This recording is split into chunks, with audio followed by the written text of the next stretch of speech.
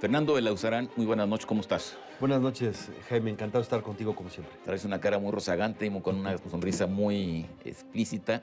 Supongo que es por el resultado que hubo, el fallo de la Suprema Corte a favor de este amparo que se concedió sobre la marihuana. Sí, claro, es un paso histórico. Ya sabíamos que la prohibición era un desastre, que había conseguido todo lo opuesto a lo que se había propuesto, que es nociva para los derechos humanos, etcétera. Lo sabemos muy bien, lo hemos padecido en carne propia. Ahora ya también sabemos que es inconstitucional, que viola libertades fundamentales, sobre todo para los adultos, los mayores de edad, que ahora la Suprema Corte reconoce que uno puede hacer con su cuerpo, tomar la soberanía de su cuerpo y decidir sobre su sistema nervioso con una limitante, no afectar a terceros. Pero el caso de la marihuana, pues es claro que para la inmensa mayoría no hay Esa es la buena noticia. Esa es la buena noticia. Y vamos ahora a la otra noticia. Sí, sí. La otra noticia es que hubo elecciones en el PRD y hubo una elección, pues no sé si definirla como soviética, porque ya nadie sabe lo que son los soviets. Los soviets eran la forma de organización del Partido Comunista Sí, claro. en Rusia, Como- donde todos votaban Sí. en un solo sentido y era soviética por eso. Sí, como plebiscito de Saddam Hussein, más o menos, salían por ahí en Pero como tu partido es de izquierda, 97%. Entonces tú Sí. fuiste candidato, Bueno. el único candidato, porque finalmente Zoe Robledo se bajó, fuiste el único candidato de oposición, bueno, ya ni el PRI, ¿no? Creo que Sí, claro. López Portillo en aquellos tiempos fue porque no hubo candidato de oposición, pero bueno, Sí. el hecho es que fuiste el único candidato en el Consejo Nacional.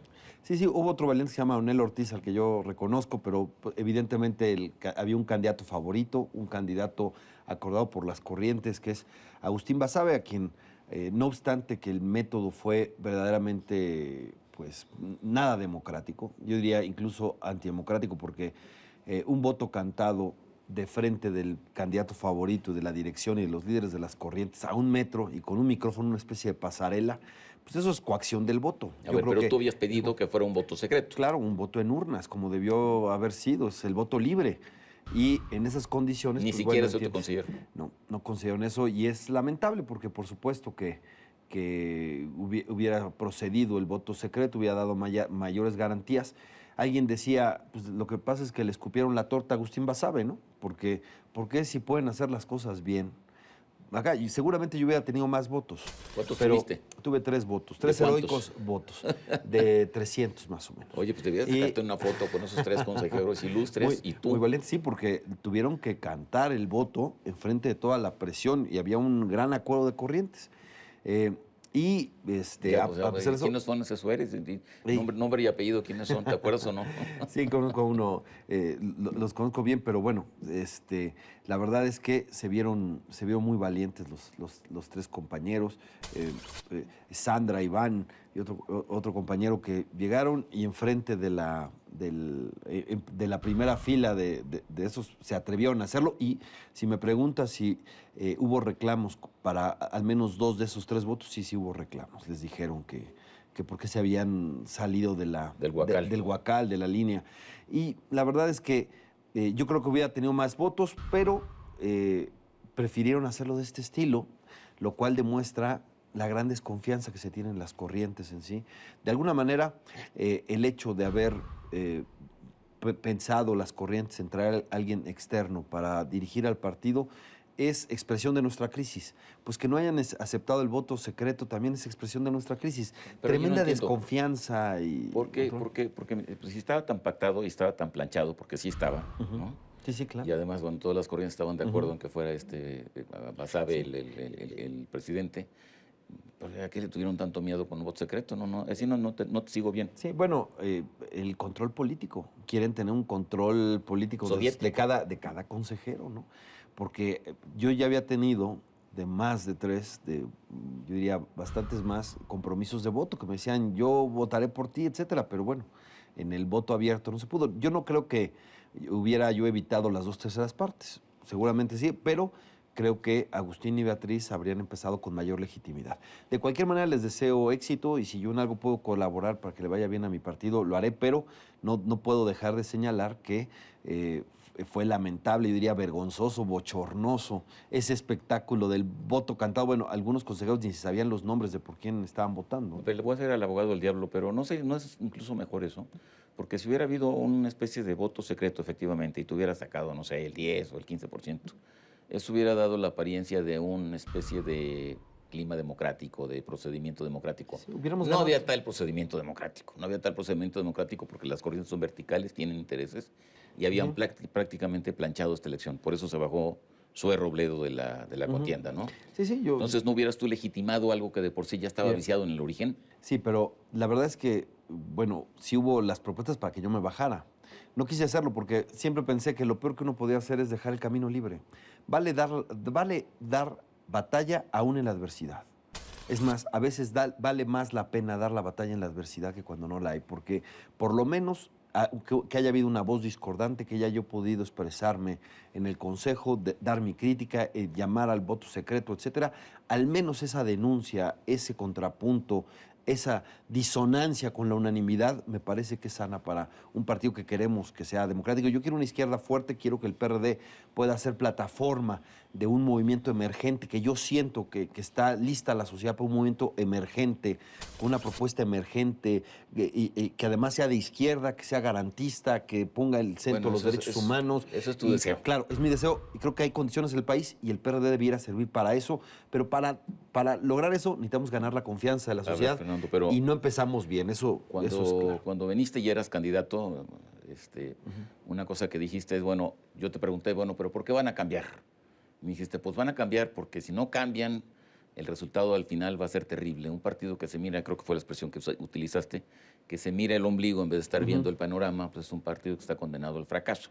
Así es. Bueno, si tu diagnóstico en ese momento era cierto, y yo creo que esto confirma que sí es cierto, pues tu partido es un partido que no solamente se mira el ombligo, sino es una serie de corrientes, de corporaciones y de intereses que no miran más allá. Entonces, ¿por qué les va a ir bien? Mira, yo quiero darle el beneficio de la duda. No, ya no puedes dar el beneficio de la duda. Y es difícil pensar que se va a cambiar si se sigue resolviendo las cosas de la misma manera. Esa fue una crítica que hice ahí mismo en el Consejo Nacional. Porque ¿cuál es el mecanismo? 5, 6, 7 personas, dependiendo, se ponen de acuerdo hacen y convierten cualquier decisión de los órganos colegiados en una mera formalidad. Así llegamos a la crisis. O sea, lo que se ha demostrado son gente respetable. Yo les tengo respeto a todos, participo en una corriente incluso, etcétera, pero ya demostraron que no son infalibles. Es más, ya demostraron que nos pueden llevar a la crisis.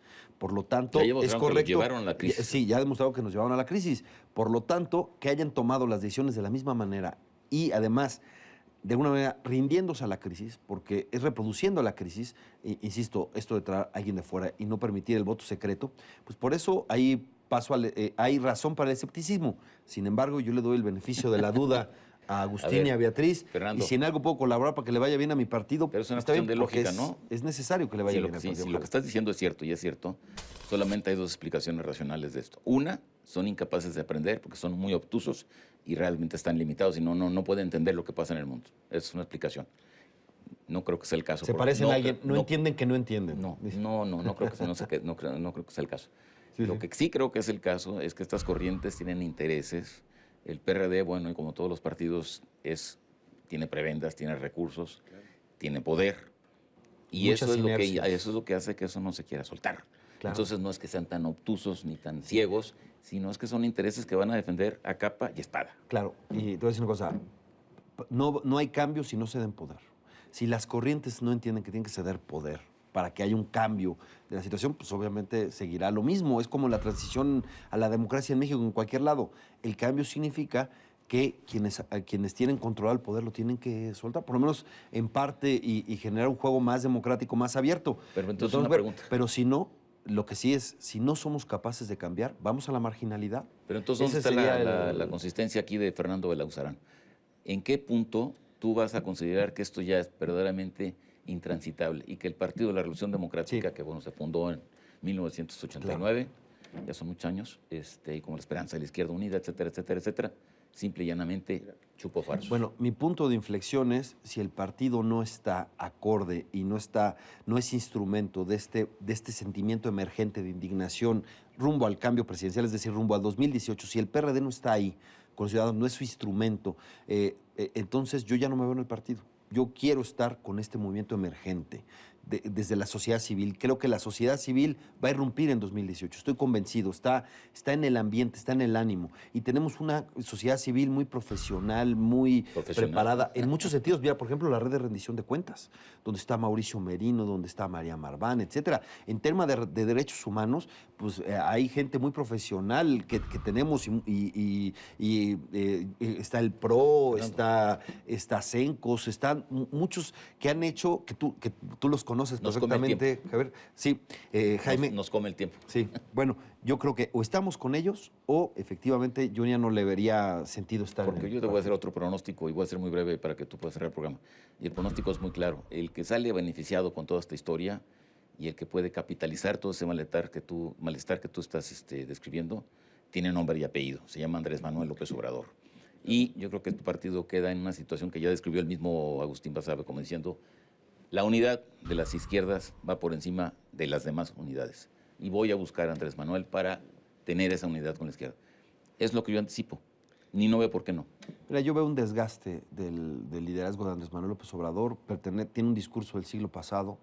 En muchos temas es más conservador. Incluso ve a Ricardo Anaya más abierto al debate de la marihuana que Andrés Manuel. La verdad es que Andrés Manuel lo rebasó por la derecha, digamos, al PAN. Y lo veo... Pero eso no le importa a tu partido. Pero siento que la sociedad va a premiar lo que venga de abajo.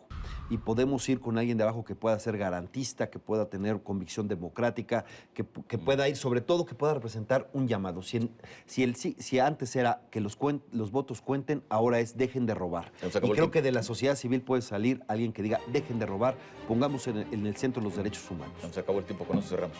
No, gracias, siempre es un privilegio. Fernando, muchas gracias. No, gracias a ti. Buenas noches, En Contexto. Hasta la próxima semana.